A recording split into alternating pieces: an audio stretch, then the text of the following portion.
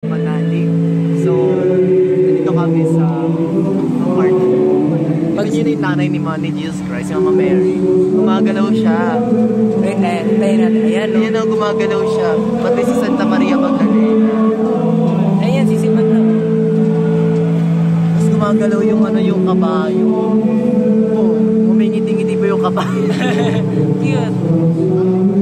At ipinapakita po dyan, hindi lang yung mismo kung paano yung naging kilos nila, yung akbang kilos nila habang nakabayubay bago mamatay yung Panginoon.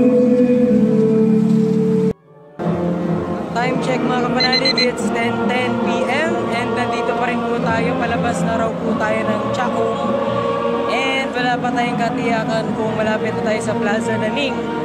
Kaya grabing Good Friday sacrifice ito. Diba, Nords? 11:40 p.m. ay pinakilala na ang ating tagpo sa Plaza Naning ang pagkamatay ni Jesus sa krus ng Kalbaryo. Nung mapit 12 ng tanghali, nagdilim sa buong lupin hanggang sa ikatlo ng hapon. Nawala ng liwanag ang araw at ang tabing ng templo ay napunit sa gitna. Nayanig ang lupa at nabuksan ang daigdigan ng mga tanan. Sumigaw ng malakas si Jesus. Ama, sa mga kamay mo'y pinagtatagubilin ko ang aking espiritu. Iniyong kayang niya ang kanyang ulo at nalagotan ng hininga. Kristo Jesus, naghain na buhay sa krus, kaya't kinakila ng Diyos,